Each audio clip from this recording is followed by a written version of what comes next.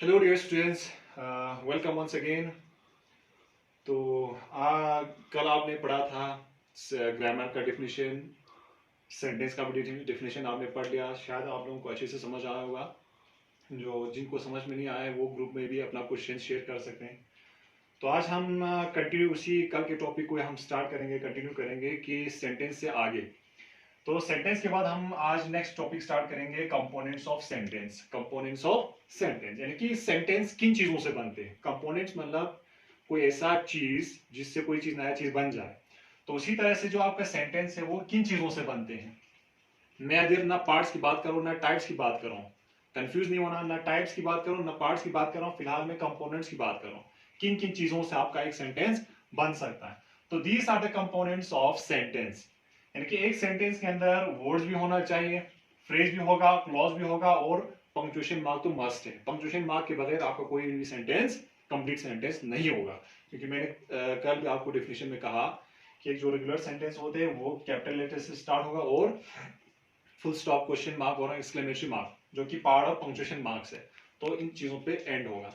तो compounders of sentence जो है ना, वो सेंटेंस किस तरह से बनेगा, वर्ड से, फ्रेजेस, क्लॉज है, पंक्चुएशन मार्क्स है।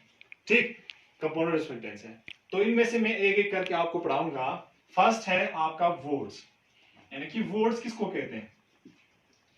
ठीक है, वर्ड्स किसको कहते हैं, यानी कि इसमें भी आपको डेफिनेशन पता होना चाहिए कि words means group of alphabets और group of letters. Group of alphabets और लेटर्स, या अल्फाबेट्स का हो या लेटर्स का हो, कोई फर्क नहीं पड़ेगा।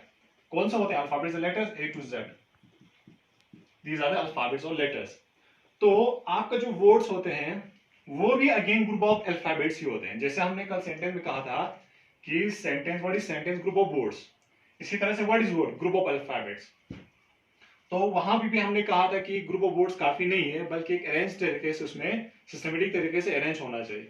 तो इसी तरह से वर्ड्स में भी सेम चीज यहाँ पे भी अप्लाई होगा कि ग्रुप ऑफ अल्फाबेट्स भी खाली काफी नहीं है, बल्कि यहाँ पे भी प्रॉपर तरीके से अरेंज होना चाहिए वो ग्रुप ऑफ लेटर्स, ताकि ग्रुप ऑफ अल्फाबेट्स या लेटर्स, ताकि आपको जो वर्ड है वो एक मीनिंगफुल बन जाए। अगर मैं यहाँ पे आपको फिलहाल के लिए मैं ऐसे ही ये लिखूंगा,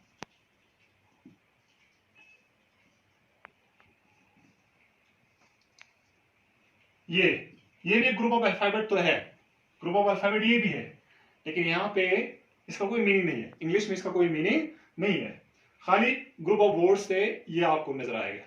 लेकिन उसी ग्रुप ऑफ वर्ड्स को थोड़ा सा अरेंज करेंगे, सिस्टमेटिक तरीके से अरेंज करेंगे, तो आपको बढ़िया तरीके से एक वर्ड बन जाएगा, ब्यूटीफुल।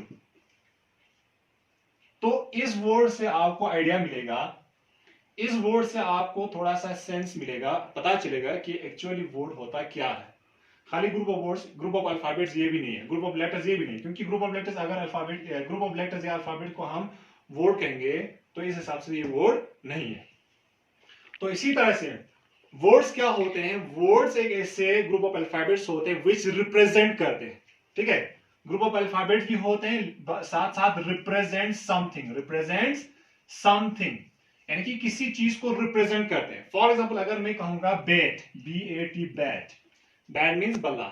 जैसे मैं वर्ड आपको बैट साउंड प्रोड्यूस करता हूं तो आपके दिमाग में इमेज क्रिएट हो जाता है कि बैट, हाँ बैट मीन्स बल्ला, आपके दिमाग में वो बैट इमेज क्रिएट हो जाता है। तो इसी तरह से मैं आपको और एक word, for example ball, BALL, ball, जैसे मैं आपको एक ये वर्ड बता देता हूं बॉल, तो दैट मीन्स दैट रिप्रेजेंट्स, यानी कि बॉल रिप्रेजेंट समथिंग जिसे हम खेलते हैं। तो ये चीज आपके दिमाग में आइडिया मिल जाते हैं, रिप्रेजेंट करते हैं। उसी तरह से अगर हम कहा जाए girl, GIRL, girl, girl, girl means लड़की, ये भी वर्ड ही है, ग्रुप ऑफ अल्फाबेट्स है, ग्रुप ऑफ लेटर्स है, अल्फाबेट्स है, लेकिन ये भी रिप्रेजेंट करते हैं समथिंग।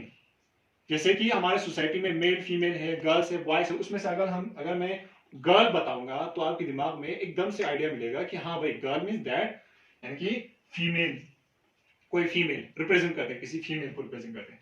तो इसी तरह से आपका जो वर्ड्स है उसका डेफिनेशन ये है, group of words arranged in systematic way so that it gives a proper meaning. उसी तरीके से वर्ड्स का मीनिंग ये भी है, it represent something, it represent something, a person, something, कोई भी। ठीक है, तो इसी तरह से इस चीजों को, इस डेफिनेशन को अच्छी तरह से याद रखना कि ग्रुप ऑफ वर्ड्स होते हैं सेंटेंस में, इसी तरह से ग्रुप ऑफ अल्फाबेट्स या ग्रुप ऑफ लेटर्स होते हैं वर्ड का डेफिनेशन। तो इसी तरह से वर्ड जो है ना वो रिप्रेजेंट करते हैं समथिंग, जैसे कि गर्ल, बेड, बॉल वगैरह वगैरह, इन सारे चीजों को आप कहते हैं वर्ड्स। ठीक है, तो यहां तक शायद आपको समझ में आया होगा कि what is words, our definition of words. इसके बाद मैं आपको नेक्स्ट पे ले जाऊंगा फ्रेज। फ्रेज क्या होते हैं? फ्रेज क्या होते हैं? अगेन ये भी कंपोनेंट ऑफ सेंटेंस है, ये भी कंपोनेंट ऑफ सेंटेंस है कि फ्रेज होता क्या है। फ्रेज भी सेंटेंस के अंदर आपको मौजूद होता है ताकि वो सेंटेंस फिर से एक प्रॉपर तरीके से वहां से मीनिंग निकाल के आए। तो हमारा नेक्स्ट टॉपिक है फ्रेज। What is phrase? क्योंकि ये भी कंपोनेंट ऑफ सेंटेंस है। अब फ्रेज का भी यहां पे डिफिनेशन है, ये भी ग्रुप ऑफ वर्ड्स है, ये ग्रुप ऑफ वर्ड्स है। देखो जब हमने वर्ड का डिफिनेशन पढ़ा तो ये इसको हमने ग्रुप ऑफ अल्फाबेट का, लेकिन जब हम फ्रेज की बात आते हैं तो फ्रेज किसको कहते हैं? ग्रुप ऑफ वर्ड्स होते हैं, ग्रुप ऑफ वर्ड्स होते हैं। अगेन ग्रुप ऑफ वर्ड्स होते हैं, लेकिन ये सेंटेंस नहीं होते हैं, बल्कि क्या होते हैं? Group of words which is a part of sentence, which is part of sentence होते हैं। ये सेंटेंस नहीं होते, ये ग्रुप ऑफ वर्ड्स होते हैं बल्कि पार्ट ऑफ सेंटेंस होते हैं। But does not give proper meaning as that of sentence. देखो ग्रुप ऑफ वर्ड्स का डिफिनेशन हमने सेंटेंस में भी दिया था, लेकिन फ्रेज में भी मैं दे रहा हूं ग्रुप ऑफ वर्ड्स है ये, लेकिन साथ में मैंने कंटिन्यू किया ये पार्ट ऑफ सेंटेंस है। सेंटेंस के अंदर ये पार्ट ऑफ सेंटेंस है, ग्रुप ऑफ वर्ड्स भी है लेकिन पार्ट ऑफ सेंटेंस है, लेकिन इसका सेंटेंस की तरह प्रॉपर मीनिंग नहीं आते। तो that is phrase. For example मैं आपको कहूंगा, for example the sun is shining brightly in the sky। इसी तरह से दूसरा example, do not laugh at other। देखिए अब यहां पे मुझे बताओ कि ये जो सेंटेंस है इसके अंदर फ्रेज कहां है? क्योंकि फ्रेज हमने कहा था ग्रुप ऑफ वर्ड्स है, इसका मतलब ये भी कोई 2-4 ग्रुप ऑफ वर्ड से बना हो गया, या दो, एक से तो नहीं, सिर्फ एक ही होगा तो वो तो वर्ड हो गया। लेकिन जब 2 या 2 से ज्यादा वर्ड्स ग्रुप में बना होगा उसको हम फ्रेज कहेंगे, लेकिन वो ग्रुप ऑफ वर्ड्स भी सेंटेंस की तरह प्रॉपर भी क्लियर मीनिंग भी नहीं होना चाहिए। For example sun is shining brightly in the sky, यहां पे भी ये फ्रेज है। इसी तरह से डोंट लाफ एट अदर्स, ये भी फ्रेज है। क्यों फ्रेज है?